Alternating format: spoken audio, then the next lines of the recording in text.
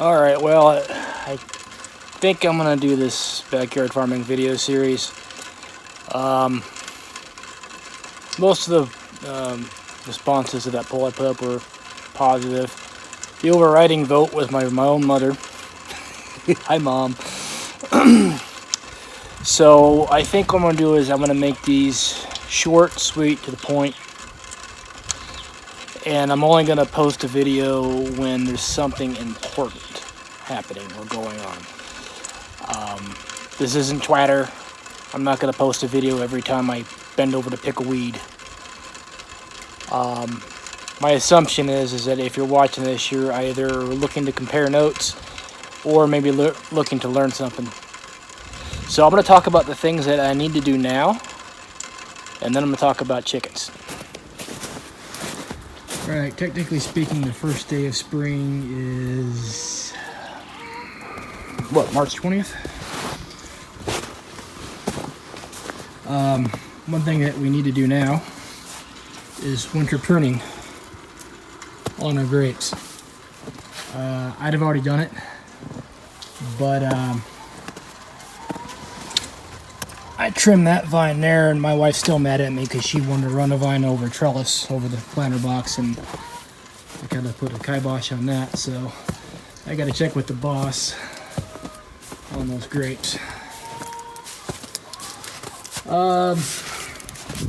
That reminds me, raspberries, I need to thin these out a little bit. I figured out that well, last year we trimmed them all the way down, and we didn't get a harvest until late fall. So this year we're just gonna let them go. We'll probably maybe we'll get an early spring harvest and then a late fall harvest. But I'm gonna trim these, thin them out so that more oxygen and sunlight gets in between the canes.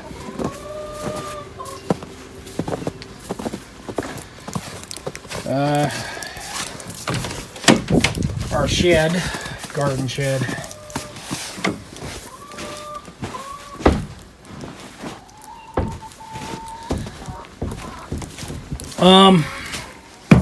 Went to made a trip to our local nursery, and that will lead me to the other thing that I need to get to is starts.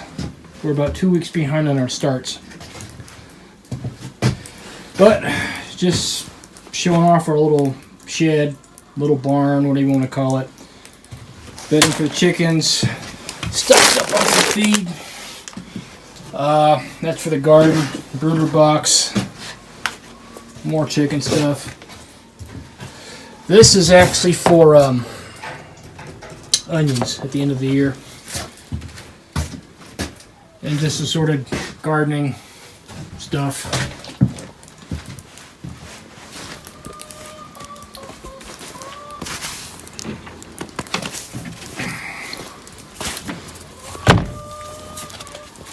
Now, here's our raised planter boxes. We got 4 1/4.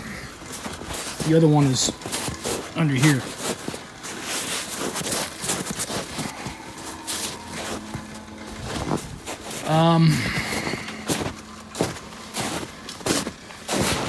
Once the ground thaws and we're done with snow for the year, I need to go through and redo the irrigation in all of these boxes. To that, I mean, I kind of prototyped it right here. This box last year, we call this box 4. 1, 2, 3, 4, and 5 over there. But I need to redo the irrigation on these 3 boxes, box 5 over there, and probably run a new irrigation line for the grapes because that one on the end did not get much water last year. It hardly produced anything. As well as tilling some mulch. We just got our start. Well, we barely started getting our starts in. What was it, Sunday? Saturday? I forget. This is last weekend. We're about 2 weeks behind on those, and we're going to get the rest of these in within the coming week. We ordered some seeds online, so those should be here soon, and once we get in, I'll let, well, the boss knows what she wants to plant in those, and it's up to me to water them every day. So other important date. So yeah, starts, I guess should have happened. Should have started the starts 2 weeks ago. So we're behind it. Other important date is around Mother's Day. Around Mother's Day is planting day in May. The other important date, because I assume there's going to be a lot more people getting into backyard chickens these days, is, at least I was down at our local supply store on the 1st, and they were just getting the chicks in on March 1st. In time, they're getting them now, and probably in time for April and Easter and all that. That's usually when they sell a lot of chicks. They had a lot of meat birds in, but what we want are layers. So I'll cover a few lessons learned on chickens in the winter. First of all, at the time it was cheaper to buy a prefab run than build one from scratch, but the lessons learned from this run, we have a better idea of what we're doing if we're going to build one from scratch. So mistake number 1 was I did not build this run on top of cinder blocks because the litter likes to spill out. Plus, if we're to rebuild this now, build it up a little higher so we can at least walk in a little bit. Build a skirt around the bottom, at least on 3 sides. Maybe, yeah, on 3 sides because they need airflow. This here is to stop snow drifting. All that right there is to stop snow drifting, because once the snow gets in there, you have to bend over and shovel it out, and it's a real pain in the butt.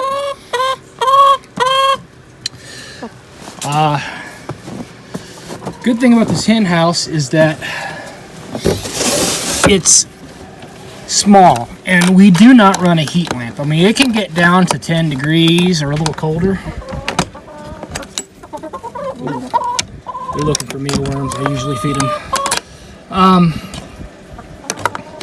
But you do not need a heat lamp.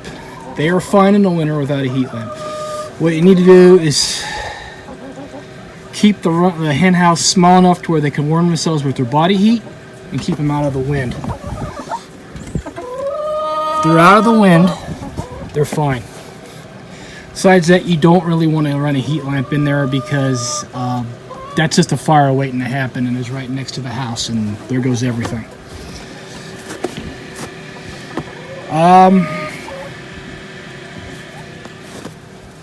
Let's see here. Well, we have a heated water feeder right here. Now, chickens are smart enough to not drink water that's too foul, but they're not smart enough to not crap in it to begin with.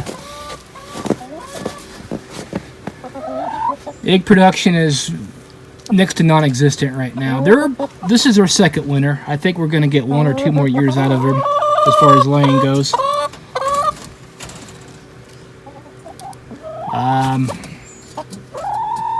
Shoot, there's just so much to talk about when it comes to chickens. I'm not even sure where to start.